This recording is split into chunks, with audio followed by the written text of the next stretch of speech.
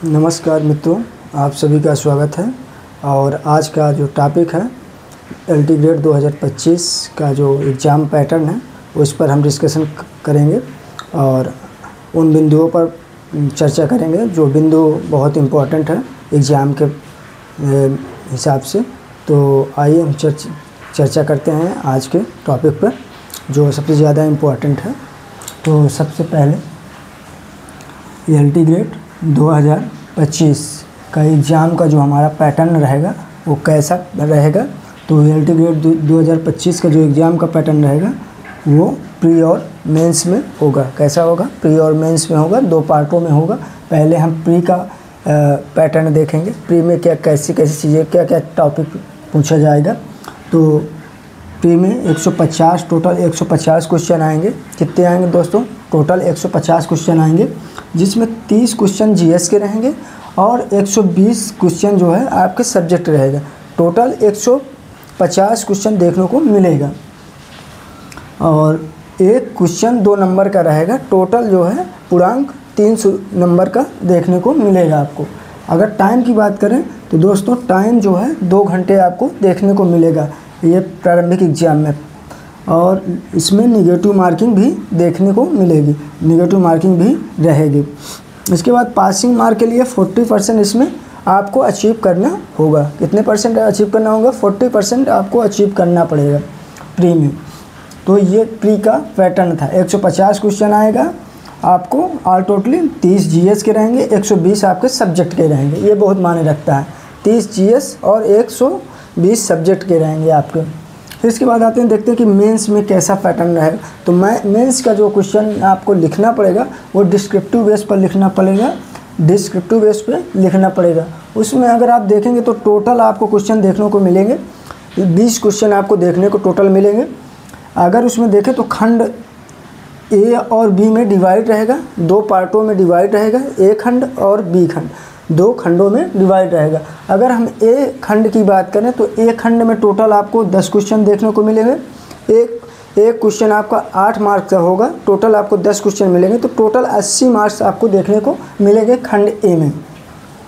फिर इसके बाद खंड बी में आपको 10 क्वेश्चन उसमें भी देखने को मिलेंगे और मार्क्स रहेगा एक क्वेश्चन का 12 मार्क्स रहेगा। तो टोटल 120 नंबर इसमें देखने को मिलेगा खंड बी में। और दोनों को ऐड कर देंगे, जब दोनों को ऐड करेंगे तो टोटल मार्क्स हो जाएगा 200 मार्क्स का हो जाएगा। कितने का हो जाएगा दोस्तों? 200 मार्क्स का हो जाएगा टोटल। अगर हम इनके लिखने की जो शब्दों की लिमिट रहेगी उसके बारे में बात करें तो लिखने की जो शब्दों की लिमिट रहेगी, जो 8 नंबर का एक क्वेश्चन रहेगा उसको कम से कम 125 से 150 शब्दों तक आप लिखेंगे। कितना लिखना पड़ेगा? 125 से 150 शब्दों तक लिखना होगा कम से कम।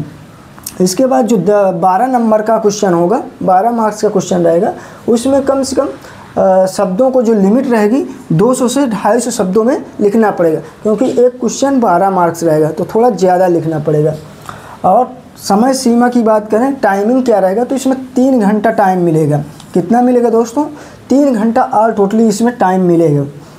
और मेंस में उत्तर का जो संरचना रहेगा, जो हम मेंस में कॉपी लिखेंगे, जो जैसे हम लोगों ने ग्रेजुएशन में लिखे हैं 20-30 क्वेश्चन आते थे, लॉन्ग वाले क्वेश्चन आते थे, लघु उत्तरीय आते थे, उसी बेस पर लिखना है।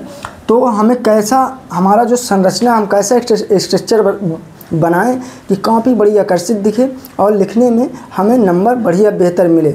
तो इसमें क्या होगा कि हमको फैक्ट में ज़्यादा लिखना पड़ेगा, फैक्चुअल लिखना पड़ेगा, ग्राफ में हो या डेटा बेस में हो।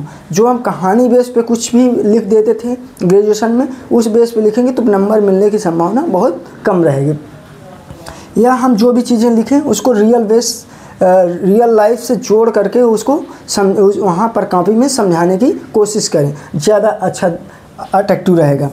फिर इसके बाद हम कॉपी में जो भी क्वेश्चन आएंगे, क्वेश्चन जिस आधार पर क्वेश्चन पूछेगा उसी आधार पर हम आलोचनात्मक उसका मूल्यांकन करने का, क्रिटिकली इवैल्यूएशन करने का कोशिश करेंगे।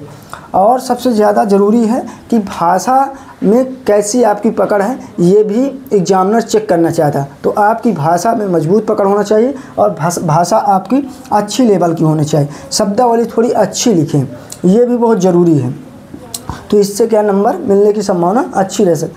अब दोस्तों बात ये है कि जो डिस्क्रिप्टिव बेस रहेगा तो अलग अलग बच्चों की अलग अलग राइटिंग बनती है, अलग अलग लिखने का उनका कंटेंट रहेगा, अलग अलग वो डाटा लिखेंगे। कोई ग्राफिकल बेस से लिखता है, कोई बिना ग्राफिकल बेस से लिखेगा, कोई कहानी बेस पे लिखता है। तो उनको जो नंबर की असमानता, जो नंबर मिलेगा उसमें असमानता देखने को मिले। मान लीजिए किसी लड़के की राइटिंग बहुत अच्छी लेवल पर बनती है, किसी लड़के की राइटिंग बहुत अच्छे लेवल पर बनती है, किसी की राइटिंग नहीं बनती, तो उसमें क्या होगा कि वो लिखा तो, जिसकी राइटिंग नहीं अच्छी बनती है वो लिखा तो बहुत अच्छा कंटेंट है, पर उसकी नंबर राइटिंग वाले आप जो लड़का राइटिंग में लिखेगा उसकी अपेक्षा कम मिलेगा। तो ये चीज़ें असमानता देखने को मिलेगी। वही चीज़ है टाइम का, इसमें टाइम राइटिंग का भी प्रभाव पड़ेगा। टाइम का अभाव, कोई लड़का बहुत जल्दी लिख ले रहा है, अच्छा राइटिंग बनाकर लिख ले रहा है, कोई लड़का काफ़ी टाइम उसको लग रहा है लिखने में, तो कहीं ना कहीं प्रभाव इसका पड़ेगा। कोई लड़का यहाँ तो बोर्ड में बहुत अच्छा पढ़ा ले रहा, समझा ले रहा, अपने सब्जेक्ट में एक्सपर्ट आदमी है, पर वहाँ लिखने में उतना एक्सपर्ट नहीं है, तो इसका काफ़ी प्रभाव वहाँ देखने को मिलेगा। और काफ़ी मूल्यांकन में भी इसका प्रभाव देखने को मिलेगा आपको पूर्ण रूप से, क्योंकि राइटिंग का और कंटेंट किस बेस पे लिखा गया है, ग्राफिकल बेस पे, डाटा बेस पे, या संरचना बना करके क्या कैसे लिखे हैं, ये काफ़ी वहाँ पर प्रभाव डालेगा मार्क्स में। तो बहुत अलग अलग बच्चों पर एक ही मेयर का क्वेश्चन का अलग अलग बच्चों पर अलग अलग नंबर मिलने की संभावना देखी जाएगी। ये जो है डिस्क्रिप्टिव बेस में जो है थोड़ा हानियाँ हैं, कमियाँ हैं, तो ये चीज़ें देखने को मिलेगा दोस्तों। और मुझे लगता है कि एक साथ जो भी चीज़ें आप बहुविकल्पी के लिए पढ़ेंगे, आप तैयारी प्री में करेंगे, उसी को थोड़ा विस्तार से पढ़ेंगे तो मेंस के लिए आपके लिए फ़ायदेमंद साबित होगा। तो मुझे लगता है कि जो चीज़ें मैंने यहाँ शेयर करने की कोशिश किया, ऐसे ही आपके क्वेश्चन डाटाबेस आने की संभावना है। जो चीज़ें हैं जैसे कि सपोज दैट प्री में 150 क्वेश्चन आएंगे, 30 जीएस के रहेंगे, 120 क्वेश्चन जो है आपको आपके सब्जेक्ट की मिले, टोटल 300 मार्क रहेगा, निगेटिव मार्किंग रहेगी, 2 घंटा टाइमिंग रहेगा, कम से कम आपको 40% अचीव करना अनिवार्य हो जाएगा। अब मेंस में अगर देखें तो डिस्क्रिप्टिव बेस पर क्वेश्चन रहेगा, माइनस मार्किंग इसमें रहेगी नहीं, 20 क्वेश्चन लमसम आपको देखने को मिलेंगे, और क्वेश्चन 2 खंडों में डिवाइड रहेंगे। खंड ए में जो है आपका टोटली 10 क्वेश्चन देखने को मिलेंगे, एक क्वेश्चन 8 मार्क्स रहेगा, टोटल 80 मार्क्स रहेगा, और शब्दों की जो लिमिट रहेगी वो 125 से 150 तक रहेगी। फिर खंड जो बी रहेगा वो उसमें भी आपको 10 क्वेश्चन देखने को मिलेगा, एक क्वेश्चन का जो मार्क्स रहेगा 12 नंबर का रहेगा, टोटल 120 का रहेगा, दोनों को ऐड करेंगे तो 200 मार्क्स का हो जाएगा ऑलरेडी। इसमें अगर शब्दों की लिमिट की बात करें तो 200-250 शब्दों के आसपास आपको लिखना पड़ेगा कंसेप्ट। टाइमिंग आपको 3 घंटा मिलेगा, 3 घंटा पर्याप्त टाइमिंग है। आप अगर सही से लिखेंगे, कंसेप्ट आपका क्लियर रहेगा, आप अपने सब्जेक्ट में एक्सपर्ट हैं तो लिख लेंगे। हाँ, उत्तर में जो संरचना रहेगा उसमें थोड़ा असमानताएं देखने को नंबर में मिलेगी, अलग अलग बच्चों को अलग अलग नंबर मिलने को मिलेगा। जो जिस बेस पर लिखेगा, जिसकी जितनी अच्छी राइटिंग रहेगी उसका अलग अलग डिफरेंस नंबरों में देखने को मिलेगा। ये एक यहाँ पर डिस्क्रिप्टिव बेस की समस्या देखने को मिलेगी। बहुविकल्पी में तो इक्वल नंबर मिल जाते हैं। तो जय हिंद दोस्तों, आपको ये देखें और समझें, और वीडियो अच्छा लगे तो लाइक करें, सब्सक्राइब जरूर करें।